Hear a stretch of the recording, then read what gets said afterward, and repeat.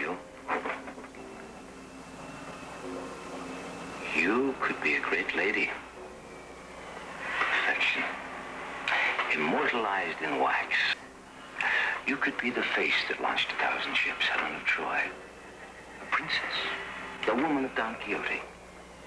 You could be these and more, my darling. But unfortunately, you're just a dame.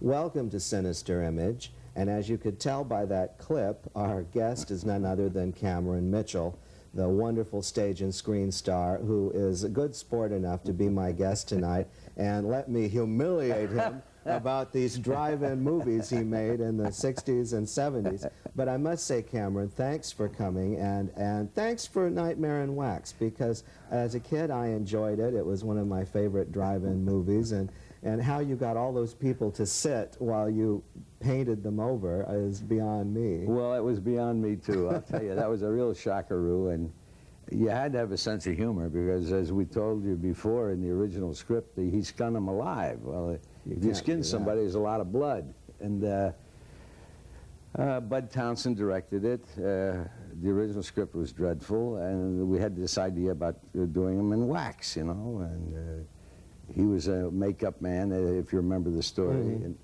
so we had a further idea about making it a phone call, and originally I wanted to call it Nightmare, not with the in wax made it a B movie. Right.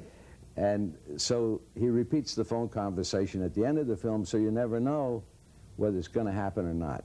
Well, that's a clever way to get out of a bad situation, because you'd already agreed to do the movie. Yeah. Well, also, what was fun about that was when he scared the girl. Remember the girl before he killed her? He frightened her. Mm-hmm. And he'd appear here, he'd appear there.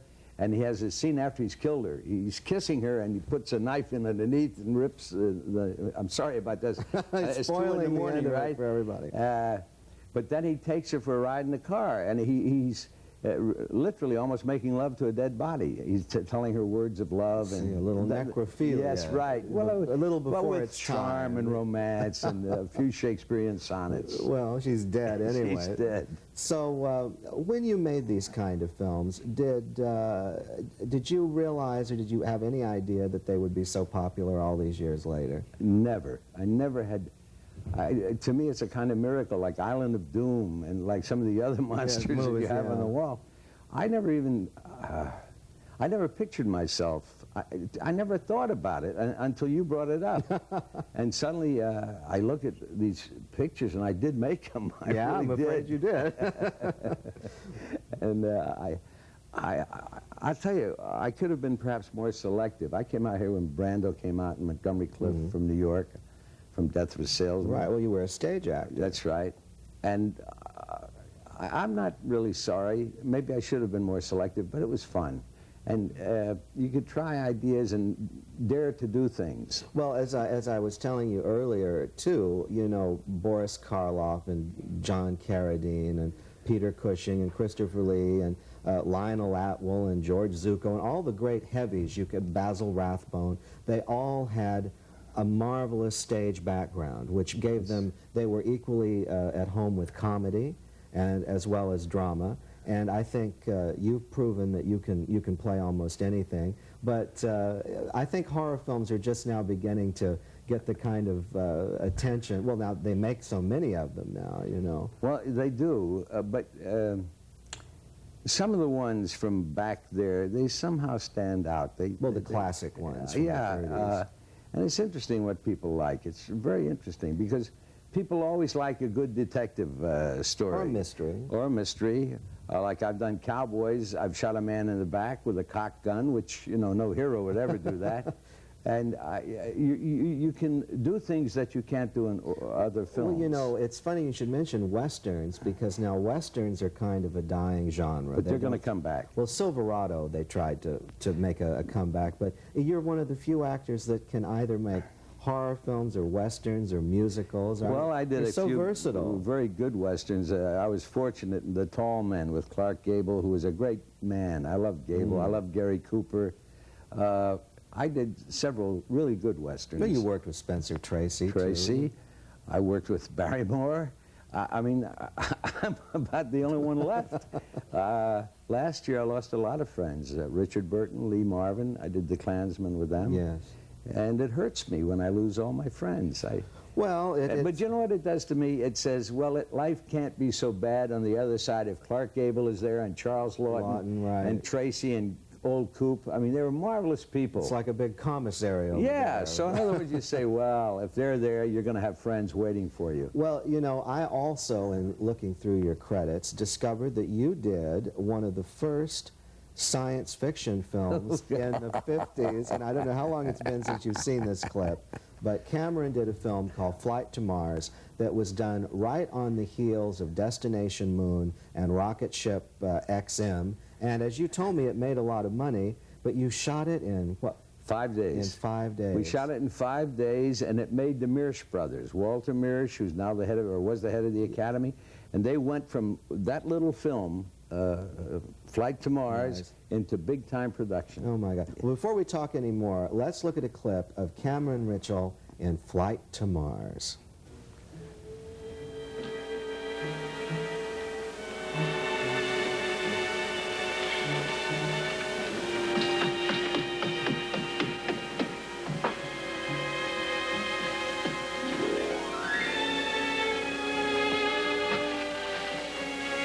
Hey, don't I know you from somewhere? Girls find us. Oh, yes. Now I remember. You know, I've been thinking, if we make it back to Earth, I'd like to do a series of articles. Enchanting idea. Very worthwhile. But you see, I'm not an author. I'd need a ghostwriter. Do you suppose that you... How long would it take? Oh, I don't know. Maybe the rest of our lives. If you're kidding, I'll break your neck. I'm not kidding. I think you make a wonderful collaborator. Flight to Mars. Now, this must have taken you back. Now, this was shot in how many days? 5 days. 5 days. In 1951. My God. And the Mirsch brothers zoomed after that. It's unexplainable to me that you could make a film like that in 5 days. Well, you couldn't now for Well, the you know budget. What was the budget on that? Oh, probably $1.50. I mean, it was so reasonable, outrageous. Well, you know, it's typical. They had the spaceship that, you know, takes the little crawl. I tried to pick a clip that would show the inside Yeah. of what they thought a spaceship should look like. And, of course, you take off with no oxygen masks. Of course anything. not. And, of course, there's always the babe on Of board course. for you to make But you see, what you didn't understand was that those cabins were they had air going through them. Oh, no. I'm kidding you. I'm kidding you. That's funny. That's funny. But Marguerite Chapman was a very good actress, and she was a very beautiful girl. Yeah, she had been kind of an ingenue in the 40s, too. Yes, she was under contract to Harry Cohen at Columbia, and I thought she was very attractive, Marguerite Chapman, and a very nice girl. Now, when this film came out, did you get offered any more science fiction, or did you? Yeah, I did, but thank God I got offered Are other you? things I'm wondering too. if you Yeah. did one, and we just couldn't find Because it. 51 was a strange year. I did like 5 in a row. One was Japanese War Bride or East is East, which Charlie Chaplin saw and paid me a compliment. I played a sort of milquetoast character. And that was the year I did The Outcast of Poker Flats at Fox. I had to test for it, and thank God the test was good. And that's when Chipper was born, Yeah, you're when I was doing that. And it gave me a whole new career. That's when I played my first really bad guy. I shot Miriam Hopkins in the back. I beat up Billy Lynn. I scared him to death. When I see a lot of people like Betty Davis wouldn't think you were too bad a guy for shooting her anyway. But I had to slap Ann Baxter. She played my wife. No, I had raped one before that. But that was the beginning of my the rape raping. films Yeah, my of raping Cameron scenes. I raped Susan Hayward in Garden of Evil. I raped Ann Baxter in Outcast of Poker Flats. I raped Lola Falana in The Klansman. I raped Donna Winter in The View from Pompey's Head. She was my wife, but I still raped her anyway. I still What the raped hell? her. It was a lot of work, and I really, at one point, I got tired of raping, and I was under contract to Daryl Zanuck at Fox, and I said, I'm not going to rape Donna Winter in The View from Pompey's Head. He said, that's all right. He said, we'll suspend you. when they suspend you in those days, you were suspended. Oh, exactly. So Richard Burton gave me a bottle of scotch, and he said, here, do it. I did. I broke an oak door this big. It was a damn good scene, by the way, but I didn't want to do it. And that was my last rape scene. I won't even rape you, David. Well, no rape. Hey, let's network, is why not?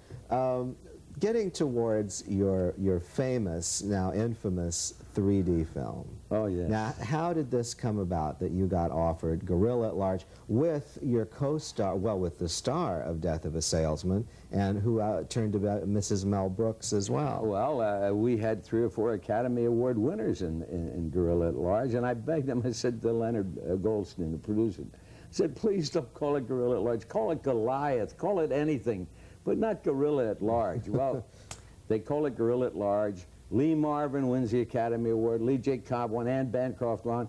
It was unbelievable, the cast we had in that film. And their careers were all just about yes. to I got top billing, and Anne was billed second, and Lee J. Cobb was billed third. And Lee had done the lead with me on Broadway in Death of a Salesman.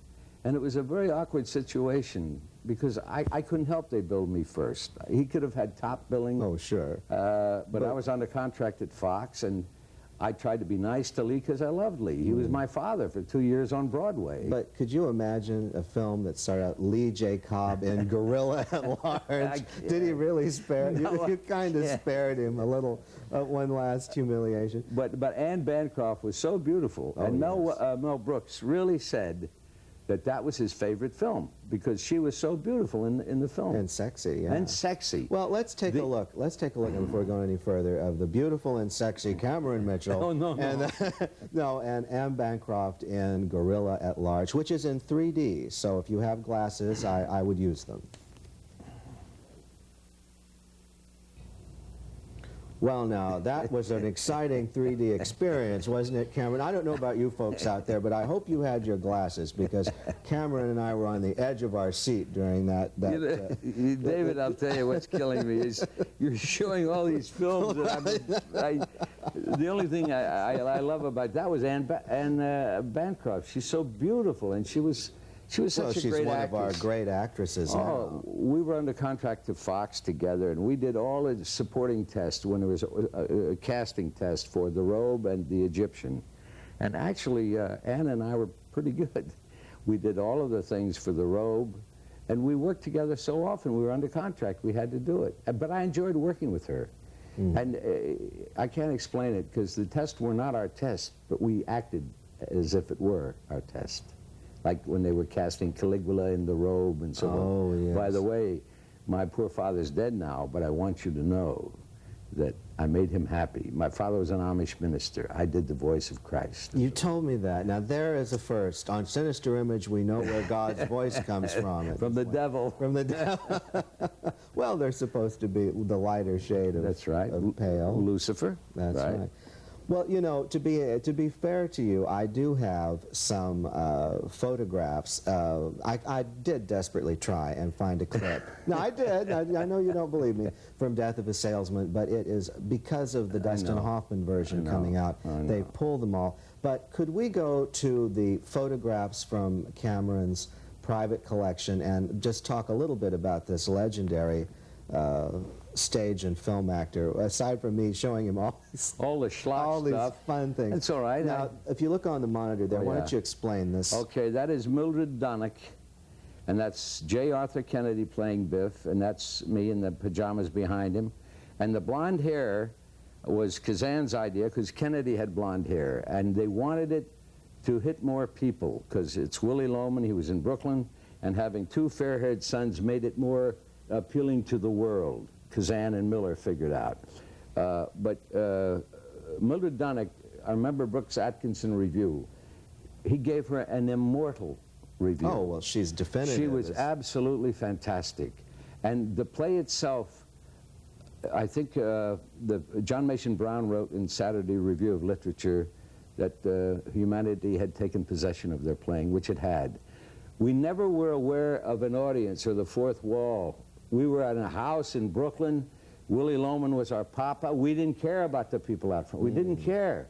And it's the only thing I've ever done in my life that each performance was like that. That's why it was so hard to do. Boy. Because for let's see, 2 years, 8 times a week, I went to the funeral of my father. And after a while, it got very depressing. We had gangsters come backstage. We had ministers, rabbis. We had psychiatrists. It was the most honored play in the history of Broadway. You also appeared in the film version. I did the film version with Frederick March. But now, we have another photograph of you with 2 legendary show business characters, Humphrey Bogart and Ed Sullivan. And Ed Sullivan on the left there. Now, what's the scenario behind this? This Bogart was one of my favorite people in the audience. I mean, Monty Clift saw Death of a Salesman 15 times. Bogart saw it 4 times. But each time Bogart was in the audience, I loved him because everything I did he thought was funny. And he'd start to laugh, that Bogart laugh. You could hear it. And everybody joined in. So when Bogey was there, it was a great show. And we had come from the theater that night, Bogart and Ed Sullivan and myself, and that was the story of that Okay. Now, I think we have a lobby card next. Oh, he was a hell of a guy. I love Bogey. Oh, well, he's legendary now. You know. They don't make him like that anymore. Gary Cooper, Clark Gable, Bogart, these were great people. Yeah. And sweet people. They weren't snobs. I remember Coop, we were doing Garden of Evil in Mexico. We had this little guy who cleaned up the crap on the set. And Coop didn't understand a word of Spanish, but he was so nice, he didn't want to hurt the man's feelings. He said, "Oh, Senor Cooper, yo tengo muchos grandes problemas, problemas grandes, many great problems." And Coop listened to him for 2 hours. Oh, now, if we look there, there's the film version. Now, that's Frederick March, and that's Kevin McCarthy in the same scene, by the way. Now, Kevin, our fans know from Invasion of the Body Snatchers. Right. And that's Mildred Donnick, and that's me standing up. So you 2 created your Broadway. Yes, and that was Freddie March there with the hands over the eye. Great actor, Freddie March. Okay. Kevin had done the role of Biff in the London production. I told you, Arthur Kennedy hated the play. And that's why he was so great as Biff, because he would throw the lines away and he'd throw them down. He didn't want to do it. Do you regret that they didn't have some way to film those stage? Because people tell me about Lorette Taylor, and of course I have no way of knowing what Lorette Taylor was. It's terrible that we have no recording of this, because Death of a Salesman was meant to be seen as a play. Yeah. You had to see the whole stage, the impact when she says attention must be paid to the 2 terrible sons, Arthur Kennedy and myself. But you had to see it all at once, which you cannot do in a film. You cut to this guy, you cut to her, you cut to him. But you had to see it all. That's why it was, Miller wrote it to be a play.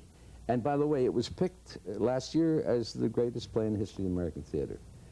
It was, and it made me very happy. And because I read the words aloud the first time of that great play, Taft Hotel, New Haven, Connecticut, for Arthur Miller and Gadge Kazan. And I read the whole play from start to finish. Well, that's an actor's dream, to have that sort of attention, you know. But now you did a film that's now been turned into a musical here in town called Les Miserables. Right. Now, do we have a... right there. There you go. There you go. Oh, yeah, Chipper, my son. Look, Chipper, once I had a body, Chip. I mean, once I looked like that, Chip. That's me on the left. That's Deborah Paget on the right. Now, this was a big budget film, wasn't it? Oh, yes. Robert Newton. Oh, yes, from Long John Silver. Actor. Now, we have another lobby card here, this final one, from a film that you were telling me was really Monkey on My Back. That was a film that the New York Times and the Herald Tribune said I should possibly win the award. But I was going through a personal thing at the time, and I didn't work on it. I should have taken ads and gotten a PR guy, which is what you really need to win. Well, I know the story of Barney Ross, who was a great, wonderful guy, by the way. Barney had 3 world's titles. He was a war hero, and he wound up from the war taking heroin. Heroin. He was a heroin addict. And he was the first man who went into the federal hospital program. And that film, for years, played in federal hospitals for each new patient twice. They had to see it when they entered and when they left, because up to that time, it was the best film on drug addiction and hospitalization. Well, and of course, this is what an era when that sort of thing was taboo, you know. Thank you, Cynthia. Cynthia is my operator, and I hope she's doing a great job. I would like to look as good as Cynthia. But anyway, going to back to Monkey on My Back, we had a great director named Andre de Toth.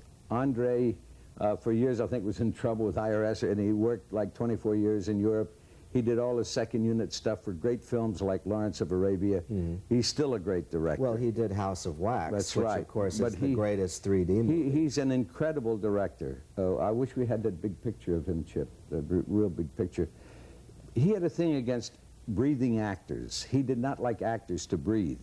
And as you remember, Monkey on My Back, I go through withdrawal. And I went crazy, I screamed, and so forth and so on. But he wouldn't let me breathe. I said, but Bundy, I've got to breathe. He said, you can't breathe. So I do these big, horrendous scenes, and I would die because I had no air. You know what I'm saying? But he was right. I must confess he was right. You can see all of the horrendous scenes in Monkey on My Back. You never hear me breathe. Even in the big emotional things where I yell and yell and yell and go crazy with the drugs and withdrawal pains, you never hear me breathe. Oh my God, well, no, it's been a long time since I've seen that film. But Andre de Toth I would love to have as a guest. You can have him. I just did a film for him this year. Bundy is still a great director. He is still a great director. And if I would be a great, wealthy, wonderful man, I would give Bundy money to make a great picture. Well, he is the last of a certain type of man. He certainly is. Because I had dinner at your home with your lovely daughter Camille a few weeks ago, and I didn't know he was going to be there. And of course, he had had a car accident. Yes. So he had the eye patch. I know, and the neck screws brace. in the head. So I thought it was like a scene out of Grand Illusion, Right, you know, with right. the Doberman at his feet, you know. Speaking of Camille, and my son Chip as well. Yes. Well, this is like an acting dynasty. They are isn't it? very talented. They really are. I know that I'm not prejudiced at all. I'm Not very even a little objective, bit, no. But they're great. They really are. And I think that they will do some good, really. Oh, I think so too. In the future, I think there's a big future for them. Well, the whole acting generation with the Carradines has certainly proved that each one of them has come up, all the sons. In fact, I think John appeared on stage with all his boys at one point.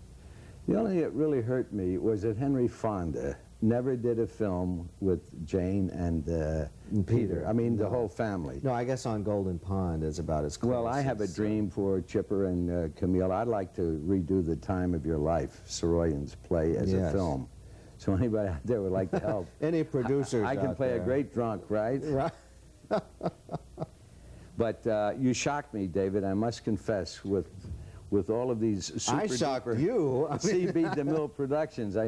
I'd forgotten I made some of them, David. Well, you know, the trouble now is with video, it's impossible for you to hide from your work because some entrepreneur will dig out something you made 30 years ago and put on a new jacket, and you'll see it in the video stores, and you'll wonder what on earth, they'll change the title of it even. But you know, David, I did pictures like Love Me or Leave Me with James Cagney, Doris well, with the Day, A and pictures, I did How to Marry a Millionaire. I did Man on a Tightrope with Kazan directing. I did a couple that weren't exactly schlock. No, this is true. But you can call me King of Schlock if you want to. King of the Bees is what we'll call you. But anyway, Cameron, I've got a few more clips, and since I have you here, I might as well keep you here for my next show. I'm chained to the chair. The price is right. So anyway, this is David Del Val for Sinister Image, wishing all of you out there, as always, 70mm nightmares. and stay tuned next time for our own resident gorilla at large, Cameron Mitchell. Till then.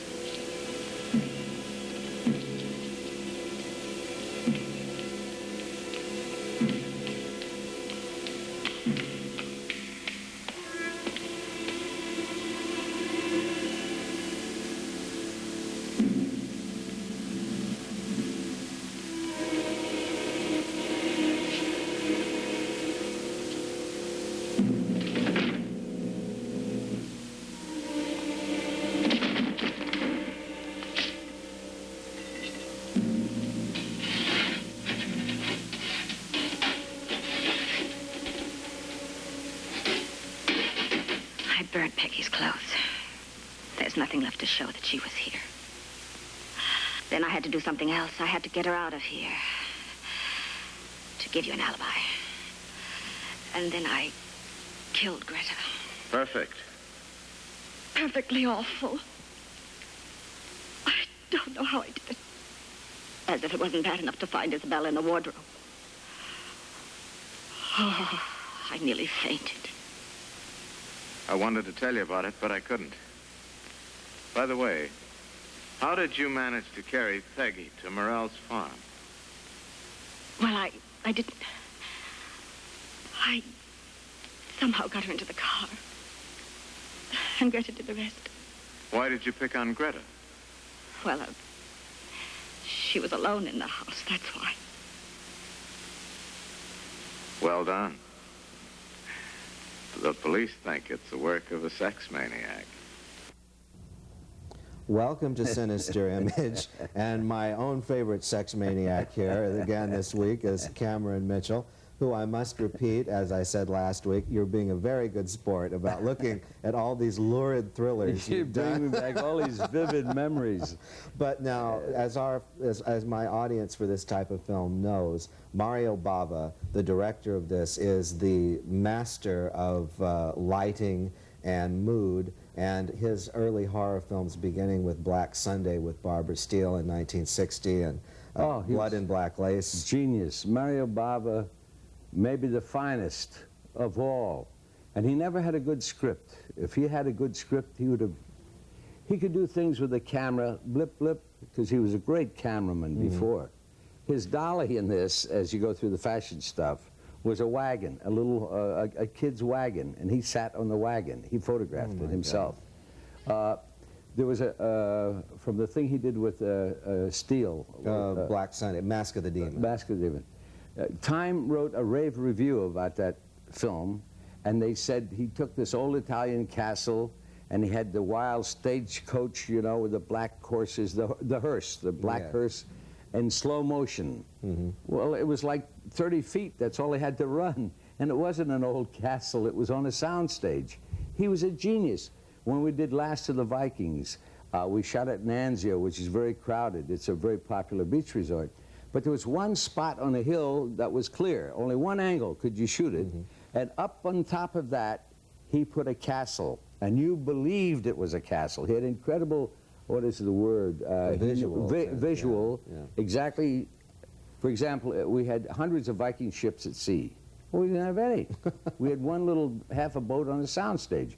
But he would take pictures from Life or Time or some magazine and cut out the ships and put them in the, you know, on a plate in front. Exactly. Like we had one enormous jump across a huge thing, and that was all a fake, but you couldn't tell. And in Knives of the Avenger, which was a Mario Bava treatment of Shane about, you know, 1,000 years ago, we had a scene in which I raped another girl. I forgot about that one. You promised me you were going to cut that out. But she was a very beautiful girl, and I think she was like on her 16th birthday. And you never see my face because I have a mask, not a mask, armor. And the girl was having that time of the month, and she had some pimples here and here. And I said, Mario, you can't shoot that scene today. She said, what's the problem? ¿Qué problem? I said, but you'll see the marks on her face. She said, no problem. 2 minuti. You gave him 2 minutes. She looked so beautiful. That's what a genius he was. Mario was the man who invented, like he could take a mask of my face and put it on you. Say you're a stunt man, and I have to run into a flaming torch, and you're doubling me. You believe that you are me. Mario did that. A tiny piece of skin in which, no, I've never seen not only a makeup artist, cameraman, director as talented as Mario Bava. And I could go on and on. Well, now, you made how many pictures? I did 6 films with him. 6? Well, a few of them are on the wall there with the Kessler twins, Eric the Conqueror, Last of the Vikings, Blood and Black Lace. He was Eric the Conqueror. Yeah, he was incredible. And he was also a dear friend of mine. And in Italy, the director gets molto rispetto, much respect. he's the maestro. And remember, a double for me broke his arm. And he up to Bobby, he said, oh, excuse me, Maestro Baba, I broke my arm, excuse me. He said, no, Benny, bring in another one, you know. But they had this great respect for him, and he deserved it. And I remember he loved son of a bitch, because that was the one word he knew in English. That's the one. And I begged him for years. I said, Mario, come to America, come to Mexico, come, we'll do a picture outside of. He would not leave Italy. He loved Italy. He would not do a film like outside Fellini. of Italy. Fellini won't leave Italy. Like Fellini, and Fellini's another great man. He's a marvelous man. But Bava, when I heard he died, I cried because I really loved that man. And Mario, wherever you are, you son of a bitch, I love you. Well, now, Ti amo. Ti amo, is it possible that there are films of his that, now I've looked at filmographies of Bava, and there's a lot of his pictures didn't get out of Italy. True. Did maybe a couple of the ones you did, because I can't remember 6 pictures. I remember 3. Bava, I did about, I think, 30-some films in Italy, in Italian. These are all done in Italian. And how many of those do you think got over here? I don't really know, but I did Julius Cesare, I did Julius Caesar, I did Cesare Borgia.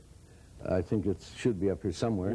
I did Michelangelo in Italia. I did Neroni. I mean, it was incredible. The Italian people were wonderful. What was the last time you remember seeing him before? Mario? Yeah. The last time I saw Mario was, oh God, time flies so fast. I saw him a few years after I'd worked with him. I was doing a film, a good Western, directed by Sergio Corbucci, called, I can't remember the title, but he was a blind gunfighter. I said, but you can't. How can a guy be a gunfighter and blind? But you believe it. You actually believe it. And Mario came in to offer some advice. And we had dinner together and vino together. And his favorite dish was coffee con leche, coffee with milk. And he loved toast or Italian bread with marmalade. And he ate that 3-4 times a day. Oh boy. Now, you know his son has become a director. Umberto Bava. I heard he's very good, too. Yeah. Now, the thing in Italy, you know, there's another director named Dario Argento. Yes, and Argento has become the master of horror there. And there's a whole group that say, well, it's only because there's no Bava. That's true. Bava, l'unico, unique. There never will be another Mario Bava. Never. No. Well, and you know, Blood and Black Lace was really the beginning. That and Psycho were the beginning of the slasher film, although none of the slasher pictures today, which I don't care for, by the way, really have any sense of style. Well, you know, if see, you're going to do these, you might as well. The trouble, when Mario did a film, you shot it in Italian, and then it had to be dubbed into English, and there's always something not quite right about a dubbed film. But if Mario could have ever shot a film in English, if he had, you know, but he never had that opportunity. Oh. We always had to do it in Italian. And, well, one day I would love to do a tribute to him, but I would like to get the right I will get him. Mario, wherever you are, look out for David. But now I'm going to show, as I promised, a clip from one of the films that you've done in the last few years that's really become a classic. It's not schlock. No, this isn't schlock. This is thanks a lot. This is My Favorite Year. Oh. And we're going to take a look now at Cameron Mitchell as Boss Hijack, who in real life was Jimmy Hoffa. Which is the Jimmy Hoffa, as you were just told. Well, now, that is a little comic gem, Cameron, especially with the hat. And as you know, I like to do on Sinister Image, I like to be able to broaden the show a little, broaden it as much as we can. Well, it exonerates you a bit for the other stuff. Yeah, don't worry, I'll get you before the end of the show. Now, tell us a little bit about the this. funny part about that hat thing was, in real life, I played Jimmy Hoffa. The part Joe played, Joe Bologna, was Sid Caesar. Peter O'Toole was Errol Flynn. And I remember when Richard Benjamin directed his first directorial job. He was a marvelous director. I really loved working with Richard Benjamin. And Mel Wells was a great, Mel Brooks. Mel Wells. Thank you, Mel. Mel Brooks was a great producer, etc. But the hat thing, I didn't know how to do it because I'm really not a comic. But I remember I worked, believe it or not, many years ago with Wallace Beery. And he played the Swedish Maid and a few other cuties like that. But he always told me, if you play comedy, you really mean it. You play it seriously. And if Beery did this with his face, he didn't do it for laughs. He did it because he did it. So when I had to put that hat on, I had to do it seriously. I couldn't do a Milton Berle shtick and take it off again, you know? That's why it's funny. Because I put it on, and I'm angry, and I walked away. Well, you're so angry you don't realize what right. you've done. That's and why that it's makes funny. It funny. That's right. And it was very tricky. And that little thing with the hat got me some good reviews. Well, you know, Cameron, Peter O'Toole said it best in that very same film, quoting the great actor Edmund Kean. When Kean was on his deathbed, you know, they asked him about the great secrets of drama, and he said, drama's easy, comedy, that's hard.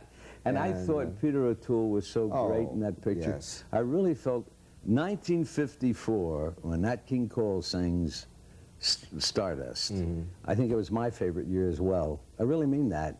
And O'Toole, as you know, was Errol Flynn. The little guy, the little young man was Mel Brooks. The tall man who talked and whispered to the ladies was Neil Simon. I mean, Mel Brooks and that... that whole comedy group, the Colgate comedy. Yeah. Now, you have done probably, what, over 1,000 TV shows? Yeah. 1,001 with this one. Yeah, 1,001. Yeah, and about 300 features. It's Nobody's worked more. If you go to the library of the Academy... You and Donald Crisp, that's going to be the way. ...of Motion Picture Arts and Sciences, Chip was telling me about it. There's a library right next door, and each actor has a file like this or like that. Mine is like this, because I've done so much work. But when you look at the pile of work I've done, and then I start thinking of all the mornings I had 4 o'clock calls, let me tell you, ladies and gentlemen out there, getting up at 4 o'clock in the morning is not that easy. That's not good. Like when I did High Chaparral, I was in every first shot of and every last shot of every... I used to sleep in my costume sometimes. Well, now how many... Well, you know, Raymond Burr slept on the lot when he did Perry Mason. Well, I'm sure of that. Because there was no point going home. And he also slept in the wheelchair in Ironside. Well, I think that was intentional. Somehow. But I'm glad you did show up in the class anyway. You know, I think that to be a really good actor, which is why the British, I think, are so respected, because they do comedy, because they're trained in Shakespeare. And if you're trained in Shakespeare, you do both. That's right. And if you can do comedy, you can do anything. Also, the British do something we don't do. I think they're great actors, all of them. They will play a cameo, a small part in a film, Olivier or Richardson, any one of them, and think nothing of it. Over here, you couldn't get the so-called $1 million stars today to do a cameo. They wouldn't do it. No. And that's a big difference between England and us. For example, I have a whole thing about speech, especially with young ladies. They're beautiful here and here and here and here and here and the hair and all that, and they say just for just and forget for forget and tin for ten. And I really got a bug about that, because I really feel they're not prepared. You've got a lot of girls doing leads in series today that can't talk. I saw one talk the other day. She was talking about motion picture. Motion picture, P-I-T-C-H-E-R, like a pitcher or like a guy that throws a ball. And the word is picture for all you young ladies. And I'm very serious about this. Well, this is another, you know, when I was an agent, I used to, you know, just shake my head when people would say, well, how come you can't get me... There was a show on called Flying High that had 3 girls on it that honestly cattle prods wouldn't get them on the set. They didn't know what they were doing. Right. And yet there they were on camera, on film, you know, with their name above the title. And how do you tell a young actress that's done like 30 roles in Chekhov or Shaw or Shakespeare that, you know, she can't, not that she would, you know, want, I mean, why would you want to do that? But, you know, it's very hard to explain. It's all a matter of luck, really. Well, you know, any one of us, we do the tough guy from Brooklyn, 34, 40. But to do an intelligent young man, you have to have training.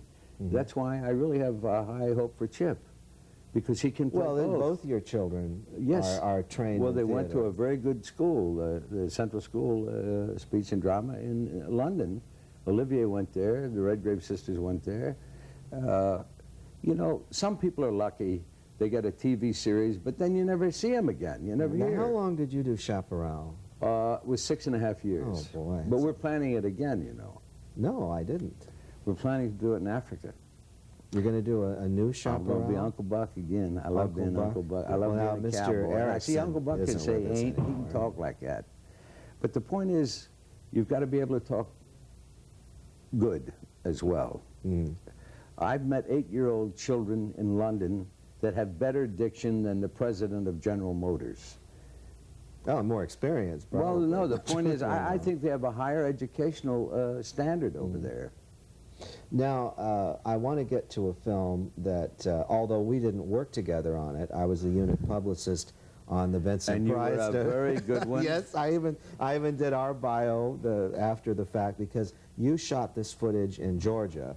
Now, I'm referring to a film called The Offspring, and when we were working on it, it was known as From a Whisper to a Scream, which I liked a lot better. I liked better, too. What can you do? But let's go to my favorite clip from it. This was an anthology And by the film. way, you might mention that the house, General Sherman lived in that house for a few days. Oh, I didn't. So it Yeah, does he have did. some. Anyway, let's take a look at Cameron Mitchell from The Offspring.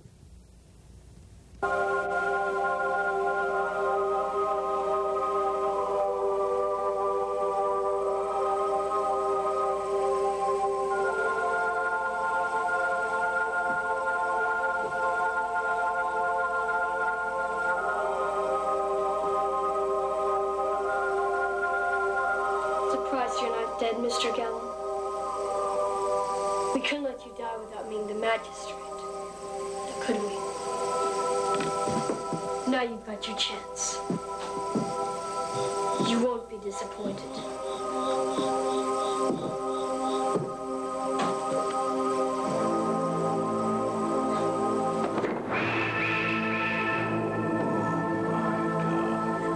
At a loss for words?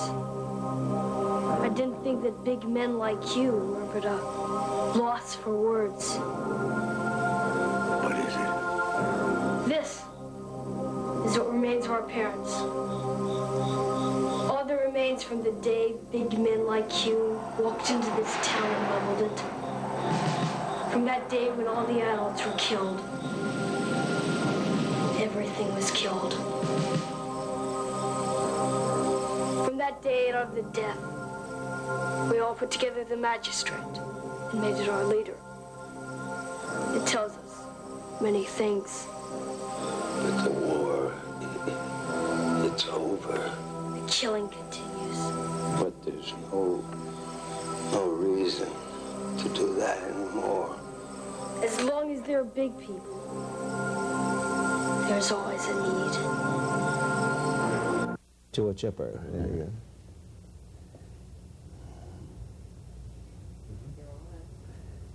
There you go. Well, now, from one offspring to another, this is a photo of Cameron's two children, Camille and Chip Mitchell. And what's this play that they're in? Chipper, what's the name of the play? The Murder of Auguste Dupin. And as we know, Auguste Dupin is the first detective Edgar Allan Poe dreamed of. True, true. Of course, I'm not familiar with this play, and maybe neither is Mr. Poe at this point. But they were very good. I saw them at the Shaw Festival. No, it wasn't the Shaw Festival, was it? It was Festival Lennoxville. Festival Lennoxville.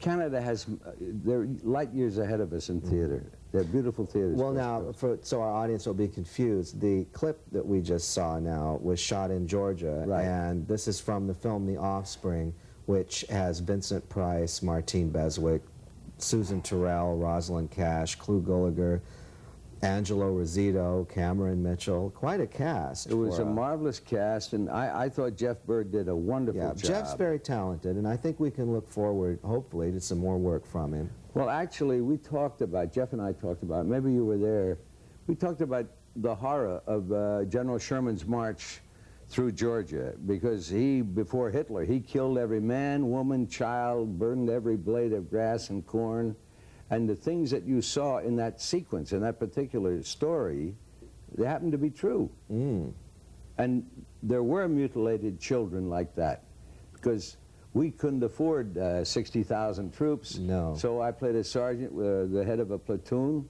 and I was the mean son of a bitch. Yeah. That I was really representing the image of General Sherman.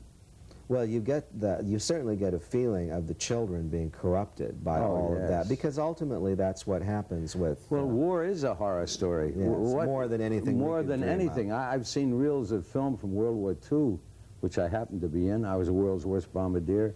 But I've seen film that you have not seen, where heads are blown off and just torsos and arms left. War is the greatest horror of all. Now, was that all shot in a week? That whole This sequence? Yes, but it was hard work. And Jeff did a hell of a good job. Also, I felt the photography in that sequence. Yes, well, the sequence we chose, I think, is very atmospheric and all. Now, what have you done since then? Because this was done 2 years ago, so you must have made several films. Yeah, I did 3 films in Africa. I lose track. Really, people come up to me and they think that I'm kidding, but I'm not. I don't remember. I got a thing the other day about a film. I don't remember the film. Mm-hmm. I've done so many films and so much work. Well, you did one called Demon that I couldn't get a clip. Demon. The Demon. Now, It was not a bad film. Was that last year, or? I don't remember the year I made it, but it was not a bad film. It was a sort of interesting film. I played a colonel, I think he was a Marine Corps colonel, who had ESP. He could sense things. Mm-hmm. And it was interesting. That's all I can tell you. Well, tell me something now. If you were to raise small children again and you were trying to plan out their film viewing, where would you kind of put horror films? Do you think that they have a therapeutic value, or do you think that they that sometimes it's better? Well, I'm speaking of children that aren't really impressionable yet. I don't think anyone under 12 or maybe 10 should see real horror. Well, I tell you, I remember I was 12 years old. We had a little theater in our little village, played 1 night a week, and I only went to see it because that was my only pay for delivering circulars. Hundreds of miles I walked to deliver circulars door to door, and that was my pay, to go to the theater. And I always sat in the front row, and Bela Lugosi comes on in Dracula. Well, after the first 3 minutes, I was in the middle of the theater and back further. It was not a theater, it was an old shed, which it was very long, like 400 feet long and about that narrow. And I'll never forget, it was the only movie I ever walked out on in my life, because I loved all movies. And Bummy Seacrest, oh, we had a great name, Bummy Seacrest, Skinny Smeltzer, Pickle Bowman, Rat Sellers, Potty Holland. Anyway, Bummy drove me home, and my mother said, "What's wrong?" Because I never, ever would leave a theater. I mean, that was my life. Yes. And the blind flew up. And for 4 years after that, every night at sundown, I could see Bela Lugosi coming over. Oh, no. I would see bats. I would have nightmares about it. So with me, it was not good. And even to this day, I have nightmares about Bela Lugosi. Well, now you can have nightmares about Nightmare at Wax. Well, I tell you, I think I would sooner be Bela Lugosi and be Dracula than be the 12-year-old looking at him. Does that answer your question? Well, you have never played a vampire yet, have you? Not yet. But I have a feeling you probably will. Listen, Cameron, these 2 shows have gone by too quickly. Yeah. You've really been a real sport. And I David, appreciate having you on. Thank you. And hopefully you'll come back when you've done 5 or 6 more of these, like next week, and we'll talk about it. So anyway, I have a little treat for both of us for the closing of this show. I found a sequence that shows that Cameron not only does westerns and horror films, but he also sings. Oh, my goodness. And so we're going to close this sinister image with a song from Cameron Mitchell. But until then, as always, may all your nightmares be in 70 millimeter. And from our own gorilla at large, good night.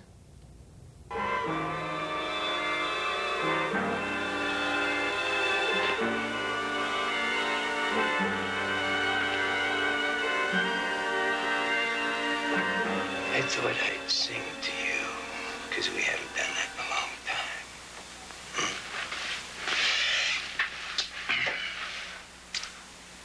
Sometimes I feel like a motherless child.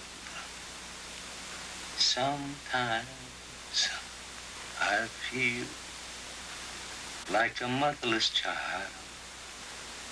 Sometimes I feel like a motherless child, a long way from home, a long, long way.